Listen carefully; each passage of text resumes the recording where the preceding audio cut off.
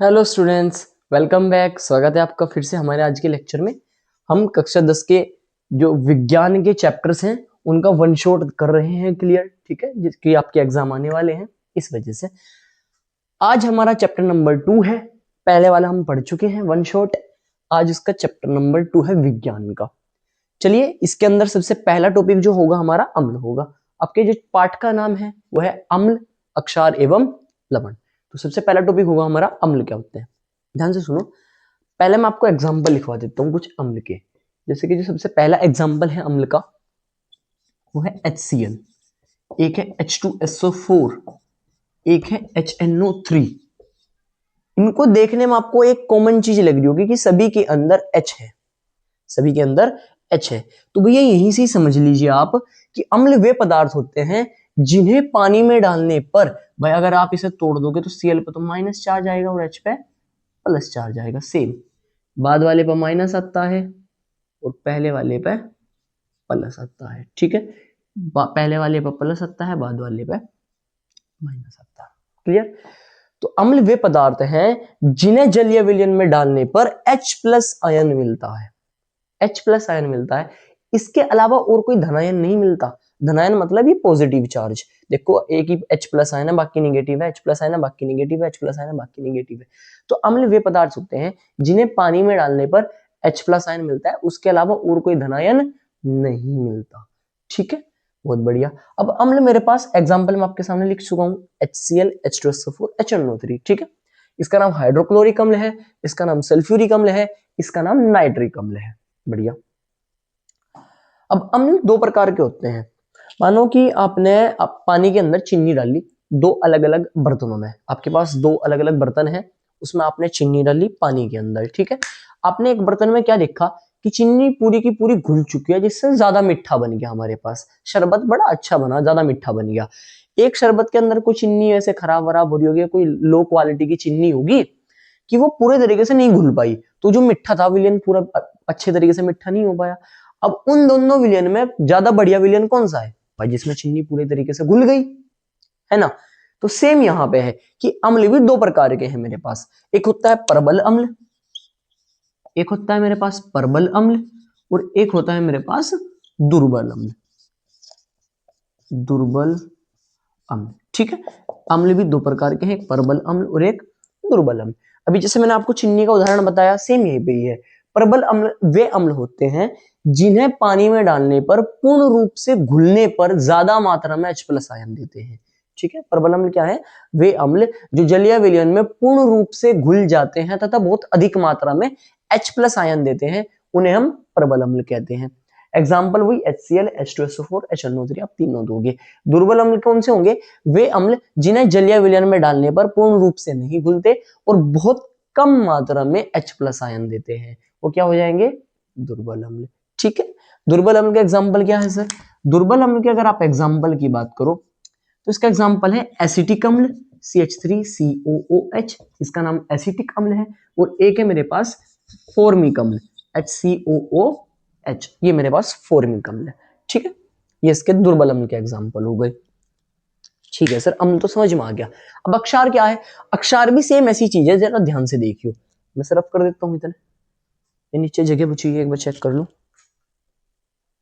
हाँ, नीचे बहुत ज्यादा जगह बची हुई है भाई, इतने में तो अक्षार नहीं पड़ जाएगा, अपन अक्षार का खेल खत्म कर देंगे, है ना। अक्षार, इसके भी कुछ एग्जांपल मैं आपके सामने लिखता हूं, देखो। NaOH, KOH, CaOH का होल ट्वाइस। ठीक है, आपके सामने मैंने कुछ अक्षार के एग्जांपल लिखे। अब जिस तरीके से अम्ल में H प्लस आयन कॉमन था, उसी तरीके से अक्षार में भी आपको एक चीज देखने को कॉमन मिलेगी कि इसे मैं तोड़ दूं, पहले पे प्लस दूसरे पे माइनस, OH, इसमें भी OH, इसमें भी OH, पहले पे प्लस दूसरे पे माइनस, पहले पे प्लस दूसरे पे माइनस। ठीक है, अभी जरा ध्यान से देखो भाई, सभी में OH कॉमन है, तो इसकी परिभाषा हम क्या देंगे कि अक्षार वे पदार्थ है जो जलीय विलयन में OH माइनस आयन देते हैं, OH माइनस आयन देते हैं, इसके अलावा और कोई ऋणायन नहीं देते। ऋणायन किन्हें बोलता है, जिन पर माइनस चार्ज होता है, इसके अलावा और कोई ऋणायन नहीं देते, अक्षार कहलाते हैं भाई। बढ़िया बात है सर। अब अब अक्षार भी दो प्रकार के होते हैं, जैसे मैंने चिन्नी वाला एग्जांपल आपको बताया था, सेम इसमें भी भैया एक प्रबल अक्षार होगा और एक दुर्बल अक्षार होगा। प्रबल अक्षार वे अक्षार होंगे जो जलीय विलयन में पूर्ण रूप से घुलकर, जो जलीय विलयन में पूर्ण रूप से घुलकर अधिक मात्रा में OH माइनस आयन देते हैं, अक्षार कहलाते हैं प्रबल वाले। और दुर्बल अक्षार सर क्या होंगे? वे अक्षार जो जलीय विलयन में पूर्ण रूप से नहीं घुलते हैं तथा कम मात्रा में OH माइनस आयन देते हैं, दुर्बल अक्षार कहलाते हैं। अब इसमें जो आपको स्टार्टिंग के मैंने दो एग्जांपल लिखवाई है ना, ये तो हो गए प्रबल अम्ल के, सॉरी प्रबल अक्षार के, और ये जो दूसरे वाला एग्जांपल है, ये सॉरी तीसरे वाला एग्जांपल है, ये है आपका दुर्बल अक्षार का। ठीक है, उम्मीद है आपको अम्ल और अक्षार अच्छे से क्लियर हो गया होगा कि अम्ल क्या है और अक्षार क्या है। ठीक है, अम्ल वे होते हैं जिन्हें पानी में डालने पर H+ आयन मिलता हो। ठीक है, और अक्षार वे पदार्थ होते हैं जिन्हें पानी में डालने पर, यानी कि H2O से जिनकी अभिक्रिया कराने पर OH- आयन मिलता हो।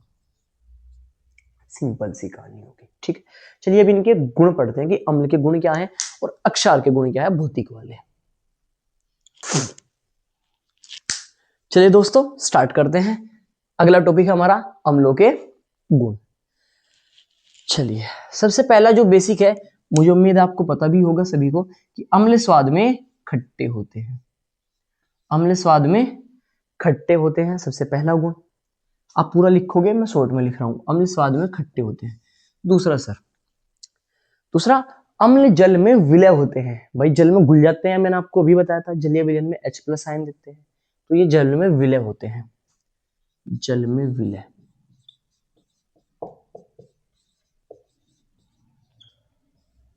तीसरा ये होगा कि अम्ल नीले लिटमस पत्र को लाल कर देते हैं। Sir what is Neela litmus पत्र?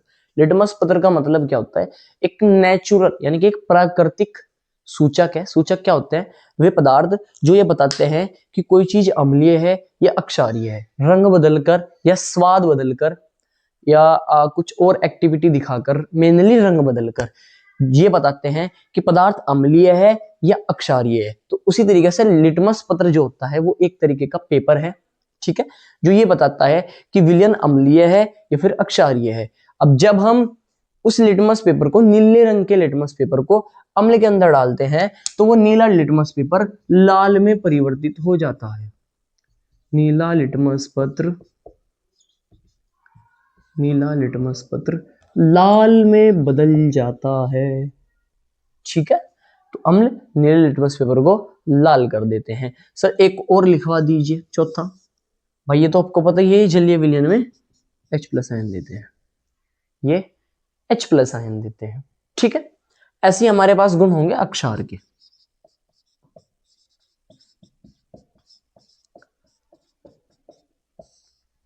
अक्षार के गुण क्या है? अक्षार स्वाद में कड़वे होते हैं, पहला गुण। दूसरा जल में विलय होते हैं, ये भी पानी में घुल कर OH- आयन देते हैं, जल में विलय होते हैं। तीसरा, इसे आप उल्टा करके लिख दीजिए, तीसरा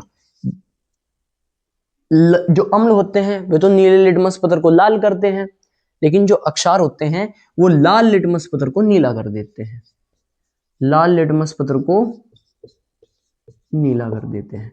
ठीक है, बड़ा अच्छी बात है, मैं एक बार चेक कर लेता हूँ आ रहा है कि नीचे। हाँ, काफी जगह भी बची हुई है।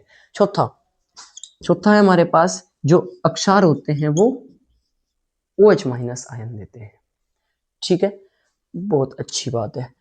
फटाफट से आप इसका स्क्रीनशॉट ले लीजिए या उतार लीजिए। क्रिया कि सर ये क्रिया कैसे करता है धातुओं के साथ? तो देखो भाई, जब भी कोई अम्ल धातुओं के साथ क्रिया करेगा, चाहे कोई सी भी धातु हो, तो वो हाइड्रोजन गैस निकालता है। क्या निकालता है? Hydrogen gas.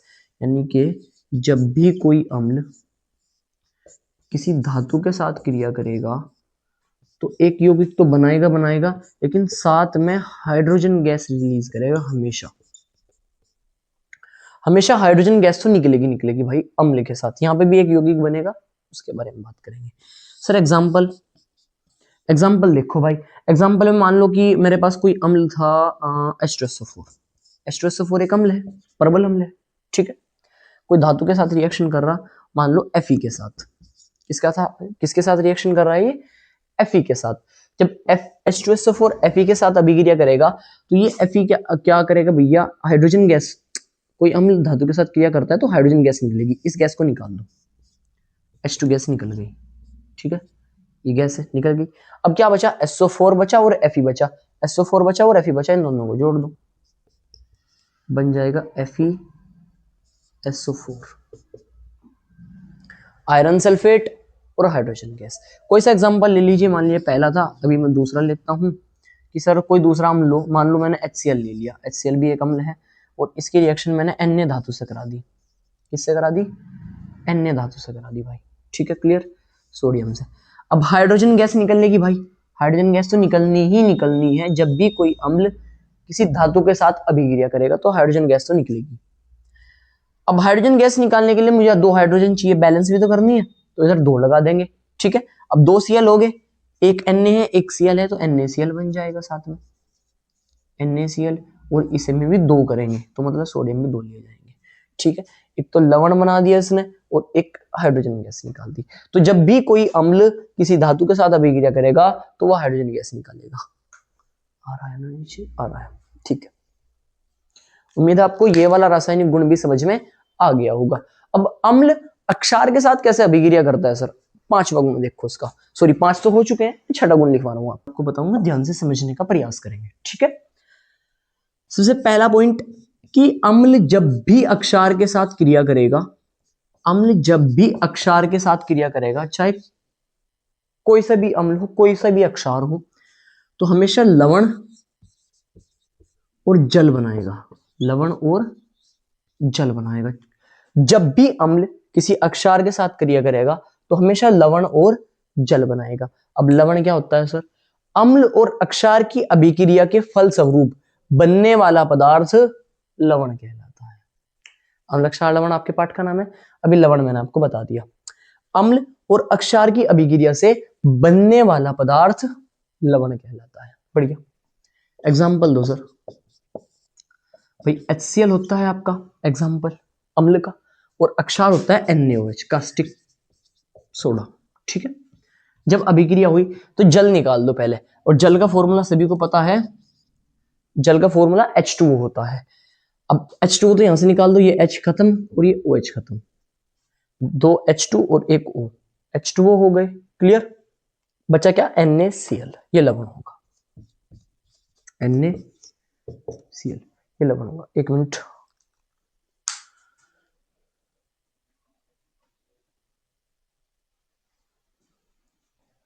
ठीक है, चलिए। HCl NaOH, जब भी कोई अम्ल किसी अक्षार के साथ क्रिया करेगा तो लवण बनाएगा और जल निकालेगा। और ये जो लवण है ये होता है नमक का फॉर्मूला। ये जो NaCl है किसका फॉर्मूला है? नमक का। एक दो एग्जांपल और दे दीजिए सर। देखो एक और एग्जांपल मैं ले रहा हूं, मान लो H2SO4 है, KOH के साथ अभिक्रिया कर रहा, KOH के साथ अभिक्रिया कर रहा।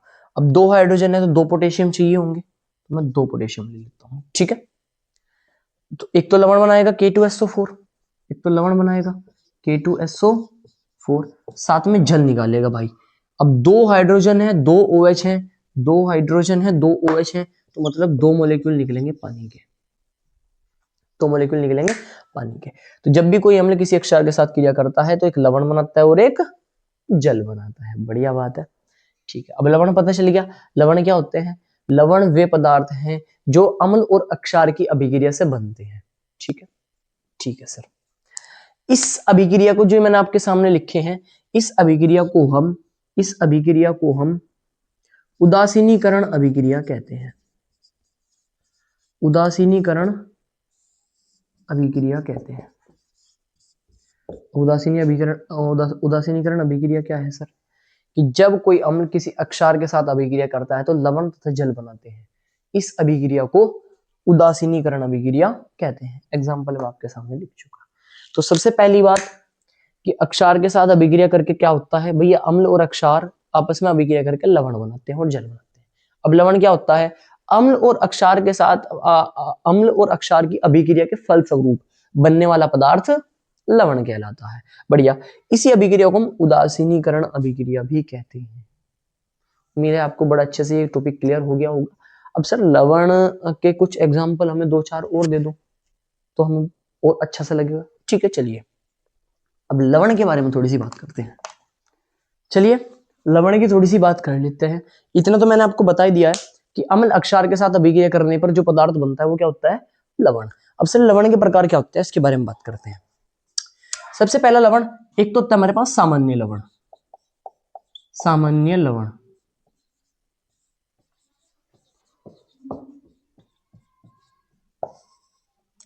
सामान्य लवण वे लवण जो अम्ल और अक्षार दोनों के गुण रखते हो। ठीक है ना, सामान्य लवण होते हैं जैसे कि NaCl हो गया, FeSO4 हो गया, ETC, ये सामान्य लवण है। ठीक है, एक होता है मेरे पास अम्लीय लवण।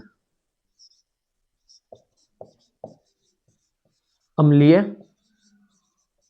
लवण, अम्लीय लवण क्या होते हैं सर, वे लवण जो अम्ल के गुण रखते हैं, वे लवण जो कुछ हद तक अम्ल के गुण रखते हैं, अम्लीय लवण कहलाते हैं। ठीक है, जैसे कि NaHSO4, NaHCO3। ठीक है, इनमें H+ आयन है ना भाई, इनमें H आया हुआ है, तो ये वे अम्ल हैं, सॉरी वे लवण हैं जो कुछ मात्रा में अम्लीय गुण रखते हैं अपने पास। सर तीसरा गुण, तीसरा हो जाएंगे अक्षारीय लवण। अक्षारीय लवण, अक्षारीय लवण वे लवण हैं जो कुछ हद तक अपने पास अक्षारीय लक्षण रखते हैं, अक्षारीय गुण रखते हैं, अक्षारीय लवण कहलाते हैं। इसका एग्जाम्पल की अगर मैं बात करूं तो इसका एग्जाम्पल होगा ZnOHCl।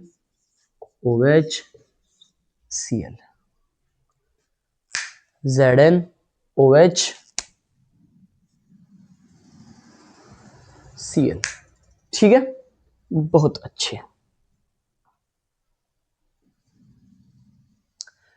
एक और मैं आपको लवण अगर लिखूं, एक और लिखवा देता हूं, चलिए द्विक लवण। द्विक लवण,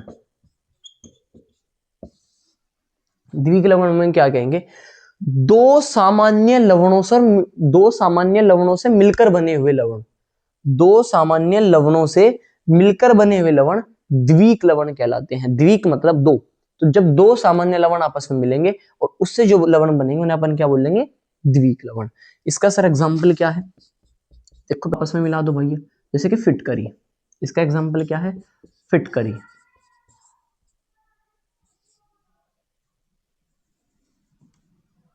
फिटकरी,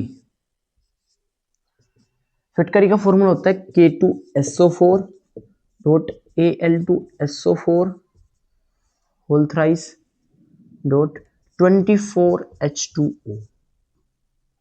K2SO4 Al2SO4 का होल थ्राइस डॉट 24H2O, ये फिटकरी का फॉर्मूला होता है। अब इससे सर याद कैसे रखेंगे, देखो याद करने की मैं ट्रिक बताता हूं। फिट करो, फिट करो, फिट कसो, भाई फिट करो, कसो अलमीरा को, अलमीरा को, आपके पास 24 आवर हैं। आया समझ। मान लीजिए किसी ने किसी घर की अलमीरा को बिगाड़ दिया, तो उस घर का मालिक कोई बाहर था, अब वो कुछ टाइम बाद आने वाला है, 24 घंटे बाद, तो वहां का जो नौकर है उसे कह रहा है कि भैया से फिट करो, कसो अलमीरा को, आपके पास 24 आवर है। ठीक है ना, हो गया याद, बहुत बढ़िया। ये हमारे पास द्विक लवण था। चलिए अब इस चैप्टर का सबसे मोस्ट इंपोर्टेंट टॉपिक हम पढ़ने वाले हैं, पीएच स्केल। चलिए पीएच स्केल की बात करेंगे। चलिए पीएच स्केल की बात करते हैं। पीएच स्केल क्या है, ये एक मान लो आपके जैसे नॉर्मल स्केल होती है, ऐसी स्केल इसे आप समझ लीजिए, जो ये बताती है कि जो पदार्थ है मेरे पास वो अम्लीय है या अक्षारीय है या उदासीन है, अम्लीय है या अक्षारीय है या फिर उदासीन है। ठीक, कैसे, इसके सबसे पहले से दिया किसने था, एक सोरेनसन नाम का एक वैज्ञानिक था, सोरेनसन नाम का एक केमिस्ट था, ठीक है ना, रसायनज्ञ, रसायनज्ञ था, उसने पीएच स्केल को बनाया था। अब इसके अंदर एक सेट शुरू करते हैं फिर से, ठीक है। पीएच स्केल एक सोरेनसन नाम के वैज्ञानिक ने दी थी, इसके अंदर टोटल 14 नंबर थे, इसके अंदर टोटल 14 नंबर थे, 4 5 6 7 8 9 10 11 12 13 14, ठीक है। 14 नंबर थे, नंबर 1 2 3 4 5 6 7 8 9 10 11 12 13 14, टोटल 14 नंबर थे। अब इन भाई साहब ने क्या बोला कि 7 नंबर को आप एक डब्बे में रख दो, 7 नंबर को आप एक डब्बे में रख दो, और 7 से जिसका भी पीएच कम होगा, 7 से कम वाले पीएच वाले जो यौगिक होंगे या पदार्थ होंगे वो सब अम्लीय होंगे।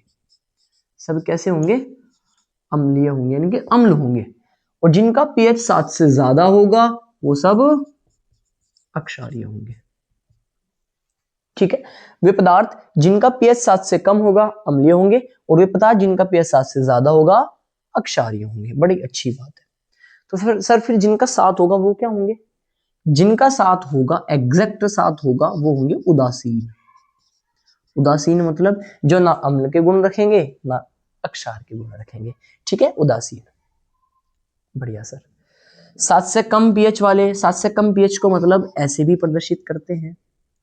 7 से अधिक पीएच वालों को, 7 से अधिक पीएच वालों को हम ऐसे प्रदर्शित करते हैं। ठीक है, 7 से कम पीएच वाले अम्लीय पदार्थ, 7 से कम अधिक पीएच वाले अक्षारीय पदार्थ। अब इससे एमसीक्यू में आपका 100% क्वेश्चन बनेगा। मेरे से आके मिल लेना, ये वाली वीडियो को सेव कर लेना, यहाँ से 100% आपका क्वेश्चन आएगा एमसीक्यू के अंदर कि मेरे पास 2 विलियन है, विलियन ए और विलियन बी, जिसमें विलियन ए का पीएच 7 से कम है तथा एक का पीएच 7 से अधिक है।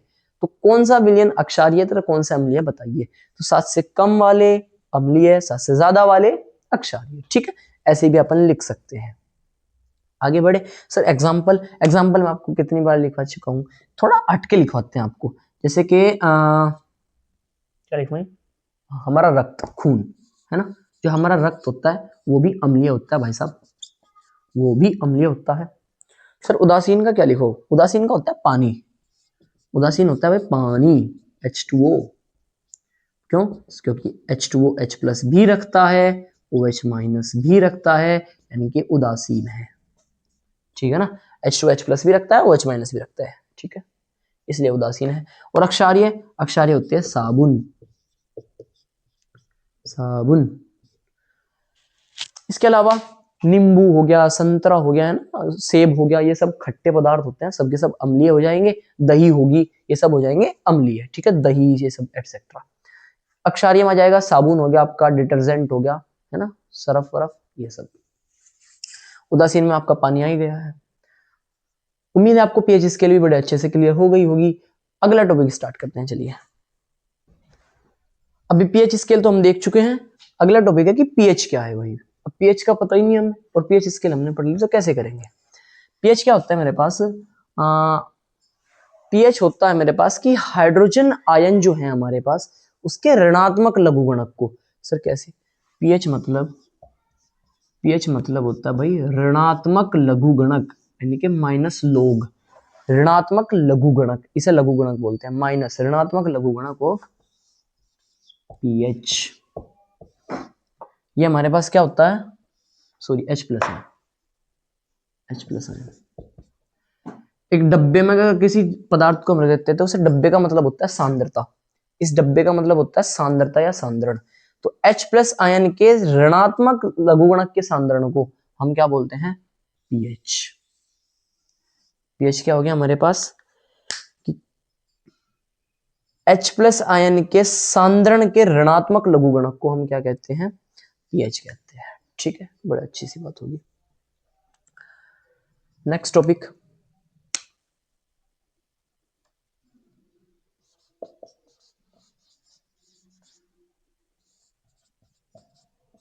हमने कुछ टाइम पहले सूचक के बारे में बात करी थी कि सूचक क्या होते हैं, उसके बारे में बताएंगे। तो सूचक समझो जरा क्या है। सूचक मेरे पास वे पदार्थ हैं या वे केमिकल हैं जो अम्ल तथा अक्षार में विभेद करते हैं, जो रंग बदलकर ये बताते हैं कि कौन सा पदार्थ अम्लीय है तथा कौन सा पदार्थ अक्षारीय है। मेरे पास 2 प्रकार के सूचक होते हैं, एक तो होता है प्राकृतिक सूचक, एक तो होता है प्राकृतिक सूचक, और एक होता है मेरे पास, बिल्कुल सही समझे, कृत्रिम सूचक, जो मनुष्य द्वारा बनाए गए हैं। कृत्रिम सूचक। ठीक है, प्राकृतिक सूचक जो हमें प्रकृति से मिले हैं और कृत्रिम सूचक जो हमने बनाए हैं, खुद से बनाए हैं। अब प्राकृतिक सूचक के एग्जाम्पल क्या होंगे? इसका सूचक का एग्जाम्पल है लिटमस पत्र, लिटमस पत्र। और इसका कृत्रिम सूचक का मैथाइल ऑरेंज या मैथिल ऑरेंज। इसके अलावा एक और है इसका एग्जाम्पल फिनोफ्थैलिन, फिनोफ्थैलिन।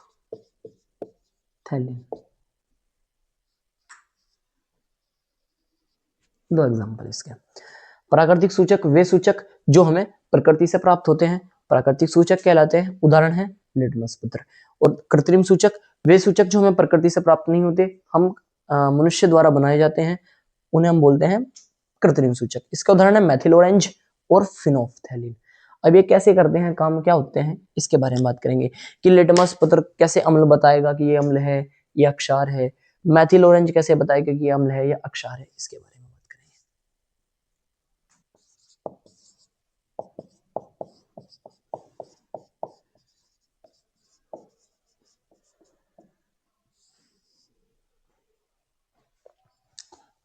देखो, अगर हम बात करें लिटमस पत्र की, तो इसके बारे में एक बार मैं आपको बता भी चुका हूं कि लिटमस पत्र अम्ल में लाल हो जाते हैं, नीले से लाल हो जाते हैं। तो जो लिटमस पत्र होते हैं वो अम्ल में लाल रंग देते हैं और अक्षार में नीला रंग देते हैं, अक्षार में नीला रंग देते हैं। तो अगर लिटमस पत्र को हमने किसी पदार्थ में डाला और वो लाल रंग का हो जाता है, तो मतलब वो पदार्थ अम्ल है, या वो नीले रंग का हो जाता है तो फिर वो पदार्थ अक्षार है। बात करेंगे मैथिल ऑरेंज की। जब मैथिल ऑरेंज को हम डालते हैं किसी अम्ल के अंदर तो वो लाल रंग का हो जाता है, वो लाल रंग हमें देता है। और अगर किसी अक्षार में डालते हैं तो फिर वो पीला रंग देता है, पीला रंग देता है। बात करें फिनोफ्थैलिन की, तो फिनोफ्थैलिन अम्ल के अंदर रंगहीन होता है भाई, कोई रंग नहीं बदलता, कोई रंग नहीं देता। लेकिन अगर हम अक्षार के अंदर डालें तो अक्षार के अंदर ये गुलाबी रंग देता है, गुलाबी रंग देता है। ठीक है, लड़कों का फेवरेट रंग। चलिए, सूचक भी हमने पढ़ लिया। एक लिटमस जो लाल रंग देगा अम्ल के अंदर और अक्षार के अंदर नीला रंग देगा। मैथिल ऑरेंज जो अम्ल के अंदर लाल रंग का ही रहता है लेकिन अक्षार के अंदर पीले रंग का, चाहे कोई सा भी अम्ल हो, कोई सा भी अक्षार हो। मान लो आपने नींबू के रस को लिटमस के ऊपर डाला तो लाल रंग का हो जाएगा, या आपने उसे मैथिल ऑरेंज के ऊपर डाला तो वो भी लाल रंग का हो जाएगा, या फिनोफ्थैलिन में डालना तो वो कोई रंग नहीं देगा, रंगहीन रहेगा। ठीक है, इसी तरीके से क्षार की अगर हम बात करें, मान लो अगर आपने जो साबुन का विलयन था, साबुन का विलयन लिटमस के ऊपर डाला तो वो नीला रंग देगा क्योंकि साबुन अक्षारी होती है, या मैथिल ऑरेंज पे डाला तो वो पीला रंग देगा, या अगर फिनोफ्थैलिन पर डाला तो वो गुलाबी रंग देगा। अब सूचक भी हम पढ़ चुके हैं, अम्ल क्षार लवण है क्या है, उसके प्रकार क्या है, भौतिक गुण क्या है, रासायनिक गुण क्या है, ये भी पढ़ चुके हैं। पीएच स्केल क्या है, पीएच क्या है और सूचक क्या है। यानी कि अम्ल क्षार लवण की पूरी कहानी लगभग खत्म हो चुकी है।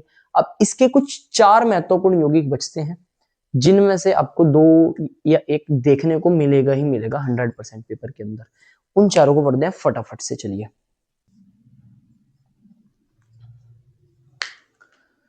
चलो, सबसे पहला यौगिक है मेरे पास विरंजक चूर्ण। अब विरंजक चूर्ण का एक और नाम है, हम इसे ब्लीचिंग पाउडर भी कहते हैं, ब्लीचिंग पाउडर।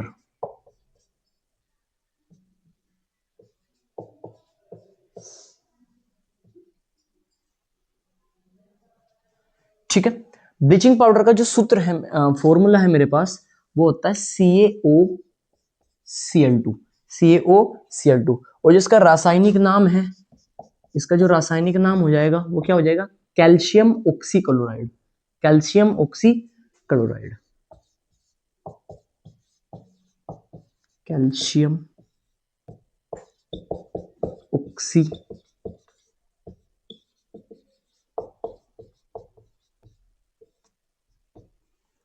क्लोराइड। ठीक है, ये इसका रासायनिक नाम हो गया। अब इसे बनाने की विधि क्या है, हम इसका लैब में कैसे बनाते हैं, प्रयोगशाला में।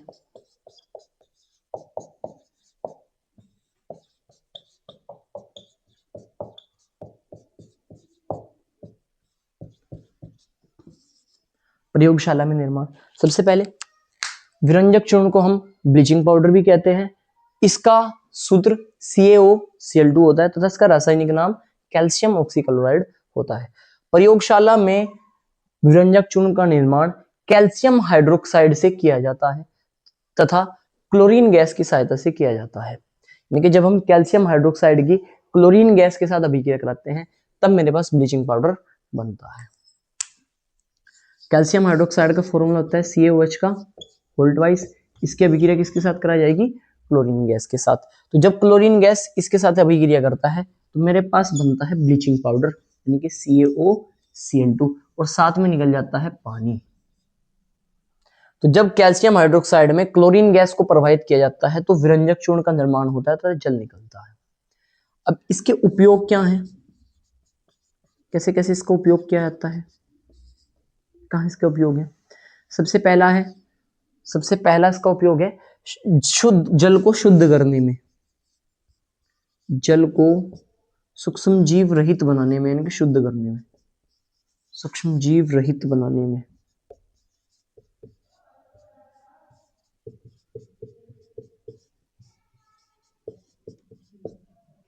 दूसरा ब्लीचिंग में,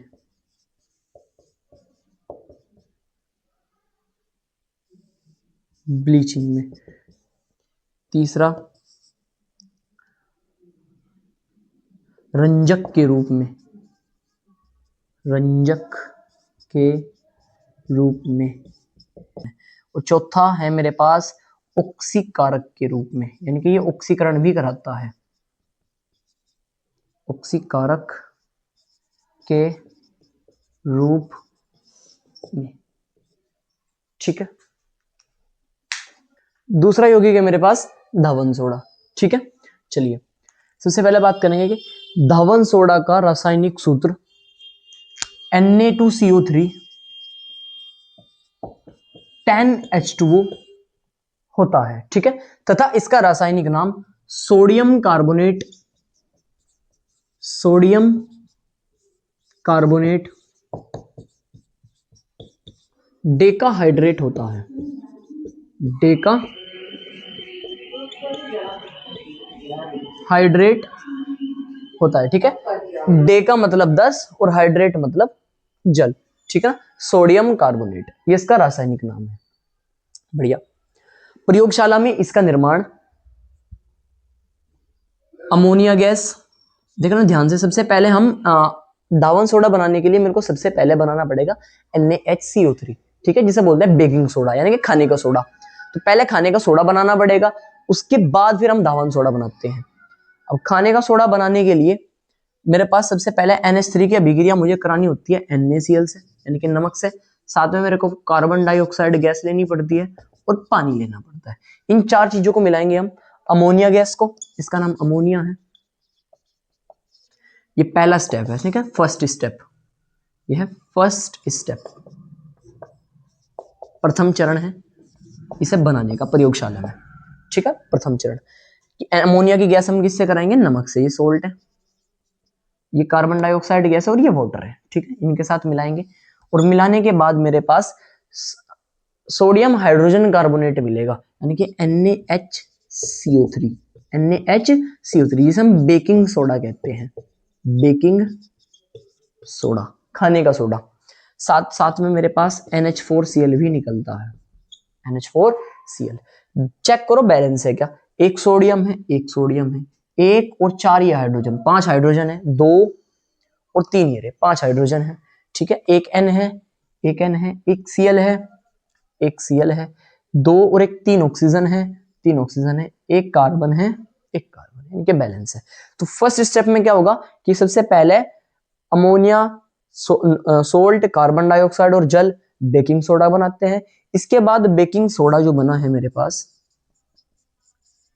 बेकिंग सोडा को गर्म करते हैं। फर्स्ट, ये सेकंड स्टेप है, सेकंड स्टेप। ठीक है, सेकंड स्टेप में बेकिंग सोडा को गर्म किया जाता है जिससे मेरे पास सोडियम कार्बोनेट बनता है, सोडियम कार्बोनेट बनता है Na2CO3। ठीक है, सोडियम कार्बोनेट बन जाता है। अब जो मेरे पास ये सोडियम कार्बोनेट बना है Na2CO3, इसके हम 10 मॉलिक्यूल पानी से रिएक्शन कराएंगे, जल के 10 अणुओं से अभिक्रिया कराएंगे और इधर जाकर बन जाएगा Na2CO3.10H2। ये थर्ड स्टेप है, ठीक है, थर्ड स्टेप, तृतीय चरण है। एक बार चेक कर लेता हूँ, आ रहा है भाई। दोबारा बताता हूँ इसकी प्रयोगशाला में बनाने की विधि क्या है। सबसे पहले फर्स्ट स्टेप में हम बेकिंग सोडा बनाएंगे। बेकिंग सोडा बनाने के लिए मेरे को अमोनिया की नमक के साथ अभिक्रिया करनी पड़ेगी, फिर कार्बन डाइऑक्साइड के साथ और साथ साथ जल की। तब इन चारों के अभिक्रिया से मेरे पास बनता है बेकिंग सोडा, और इसे नौसादर बोलते हैं, जो इधर बना है नौसादर, ठीक है। अब जो बेकिंग सोडा बना है उसे गर्म करने पर हमें सोडियम कार्बोनेट मिलता है, और सोडियम कार्बोनेट में 10 अणु जल से अभिक्रिया कराने पर सोडियम कार्बोनेट यानी कि वही मिलता है मेरे पास धावन सोडा, धावन सोडा। एकदम बढ़िया बात। तो प्रयोगशाला में इसका इस तरीके से निर्माण किया जाता है। अब इसके उपयोग क्या है, कहां कहां यूज करते हैं हम इसे, उसके बारे में लिखते हैं। अगर मैं उपयोग की बात करूं तो पहला उपयोग है वस्त्रों को धोने में, वस्त्रों को धोने में, ठीक है। अगर मैं दूसरा उपयोग की बात करूं तो जो हार्ड पानी होता है ना, कठोर पानी, पानी दो प्रकार के वगैरह, एक कठोर और एक मृदु, है ना, वो जो सामान्य पानी वगैरह, तो कठोर पानी को निर्मल करने में या पानी की कठोरता दूर करने में, पानी की कठोरता दूर करने में।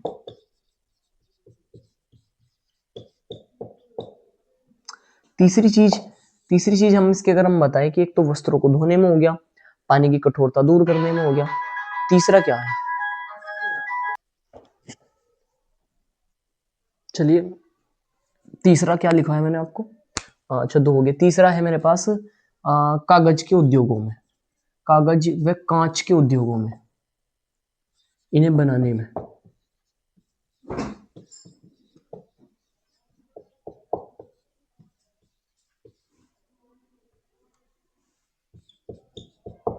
जो भी फैक्ट्री है मेरे पास पेपर की और उसकी ग्लास की, उन सब में, ठीक है।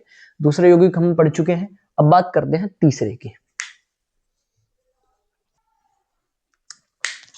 तीसरा है मेरे पास खाने का सोडा, ठीक है। ये ऑलरेडी हम बना चुके हैं पिछली अभिक्रिया में, बेकिंग सोडा। खाने के सोडे का अन्य नाम बेकिंग सोडा है, तथा इसका जो रासायनिक सूत्र है, वो NaHCO3 है। इसका रासायनिक नाम सोडियम हाइड्रोजन कार्बोनेट है, सोडियम हाइड्रोजन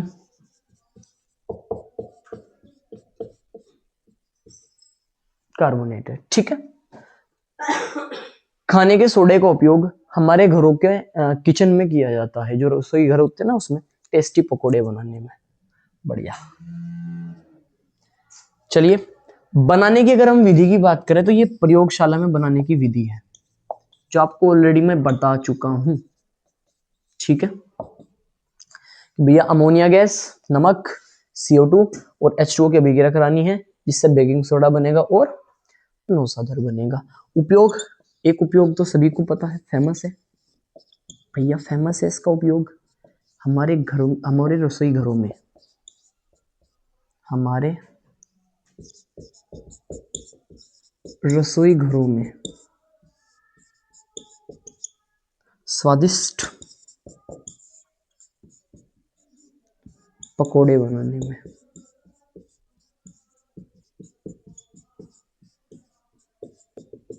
ठीक, पहला।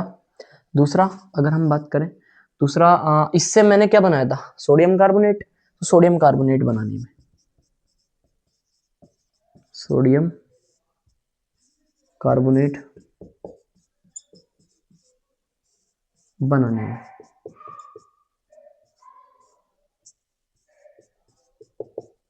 ठीक है। 2 गुण हो चुके हैं। चलिए अंतिम जो हमारा पॉइंट बचता है वो है पीओपी। पीओपी पढ़ना शुरू करते हैं। अब पीओपी पढ़ने से पहले एक फॉर्मूला याद रखिए जिप्सम का। जिप्सम का फॉर्मूला होता है CaSO4.2H2O, इसे हम बोलते हैं जिप्सम, ठीक है। इसकी जरूरत पड़ेगी ये जिप्सम का फॉर्मूला है। बढ़िया। पीओपी का पूरा नाम प्लास्टर ऑफ पेरिस है। Plaster of Paris, plaster of Paris है। ये पेरिस के पास में जिप्सम पाया जाता है, और चूंकि ये जिप्सम से बनाया जाए इसलिए इसका नाम प्लास्टर ऑफ पेरिस रख दिया कि पेरिस का प्लास्टर है भाई। क्लियर। इसका जो सूत्र है वह CaSO4 dot half H2O, half H2O। रासायनिक नाम की बात करें तो calcium sulphate, calcium sulphate hemi, half को बोलते हैं hemi, hemi hydrate, hemi hydrate. ठीक है। इसका सूत्र है CaSO4 डॉट हाफ H2O, और इसका जो नाम है वो है कैल्शियम सल्फेट हेमीहाइड्रेट। ठीक है। प्रयोगशाला में इसे जिप्सम को गर्म करके प्राप्त किया जाता है। ये जिप्सम का फॉर्मूला है, इनके प्रयोगशाला में इसे प्राप्त करने के लिए जिप्सम को गर्म किया जाता है। गर्म किया जाता है मान लो 100 डिग्री सेल्सियस पे। अब जब हम 100 डिग्री सेल्सियस पे गर्म करते हैं तो इसमें से 1.5 मोलिक्यूल पानी के, यानी कि यहां से 1.5 अणु पानी की उड़ जाएंगे। 1.5 उड़ जाएंगे तो आधा ही तो बचेगा, तो मेरे पास बचता है CaSO4 हाफ H2O।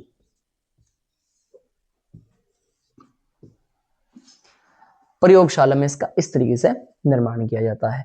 उपयोग क्या है, उपयोग क्या है इसके भी, इसके भी उपयोग में सबसे पहला है जो मेरे पास वो है हड्डी के डॉक्टरों द्वारा, हड्डी के डॉक्टरों द्वारा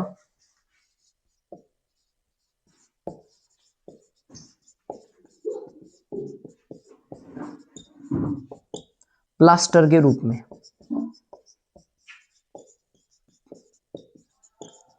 हड्डी के डॉक्टरों द्वारा प्लास्टर के रूप में। और जो दूसरा है वह है हमारे घरों में